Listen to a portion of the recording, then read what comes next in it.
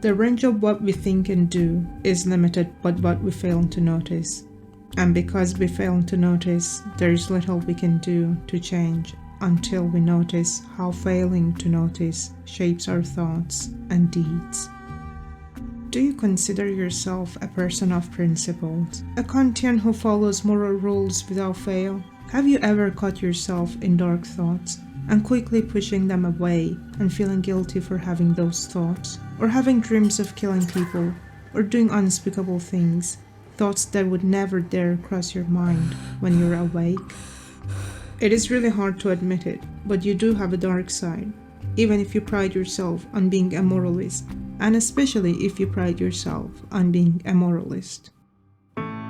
Act 1. Behind the masks we wear.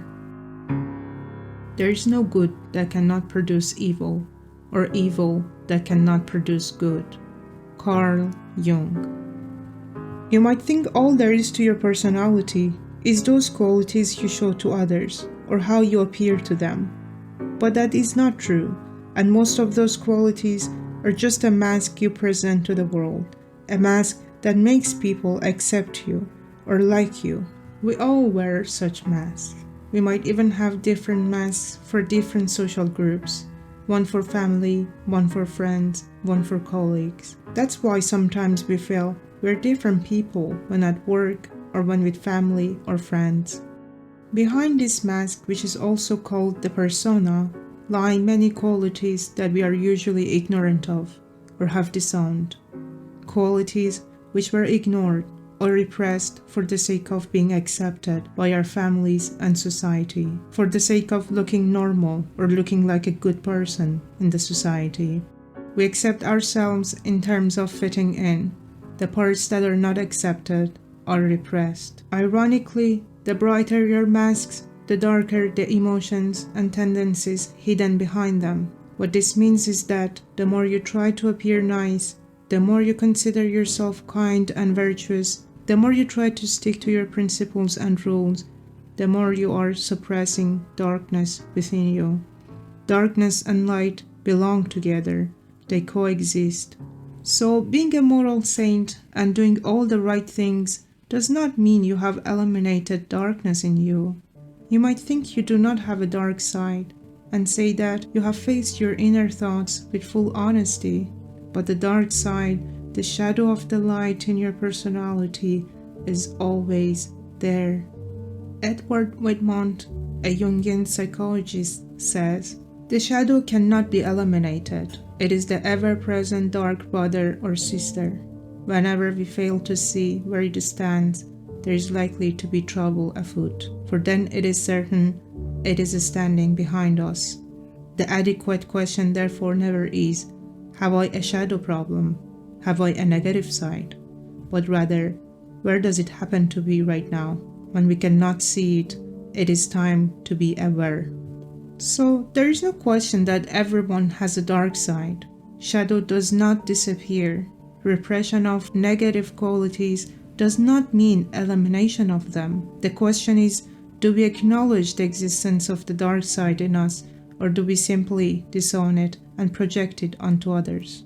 The problem is that when our own darkness is out of the sight without supervision, it turns into complexes which become disruptive. If you do not have your shadow, if you do not own your darkness, if you're not aware of what negative qualities you're projecting on other people, it means that your shadow has you. Shadow projection affects our relationships. We're not able to differentiate between what is in the person and our own complexes. We cannot see where we begin and where others end. We do not see people as themselves. We do not see ourselves. It is like wearing colorful spectacles and seeing everything around us with the same color without differentiating them. Act 2. Where does your shadow happen to be right now? That which we do not bring to consciousness appears in our lives as fate. Carl Jung.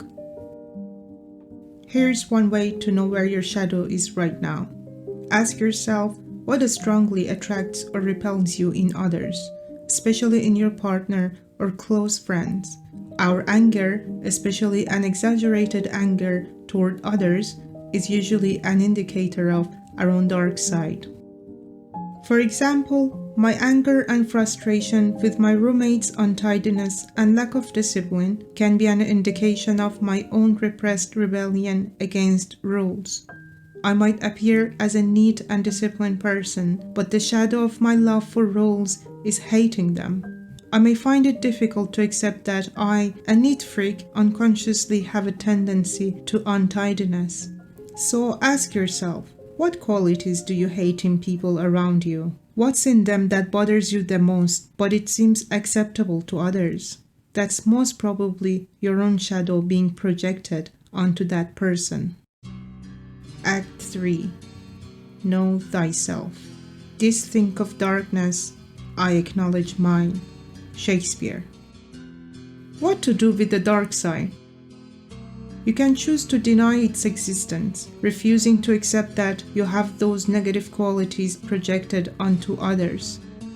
It's fine, only that you are inviting the devil to walk behind you and you close your eyes from him. By denying the dark side, you avoid knowing who you really are and you reject a good chunk of your personality.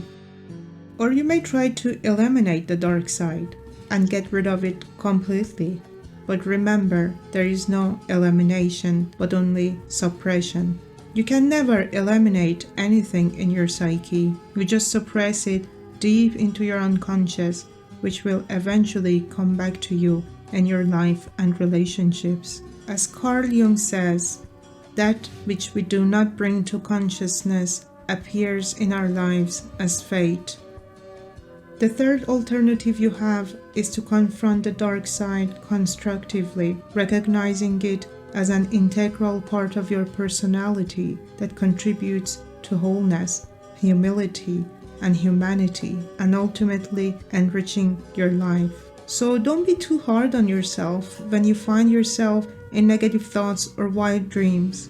Having a dark side does not mean you are a bad person, but rather it means that you are a human. And to be wholly human, you must embrace both the light and the dark in you. Because if you do not acknowledge the existence of darkness in you, it will manifest itself in different harmful ways.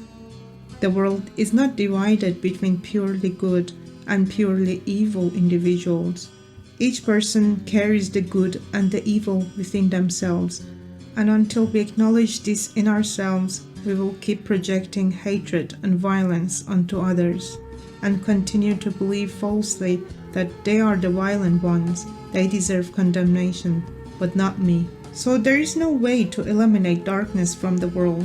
The only way to deal with it is to acknowledge its existence within ourselves and channel it in a productive and creative way.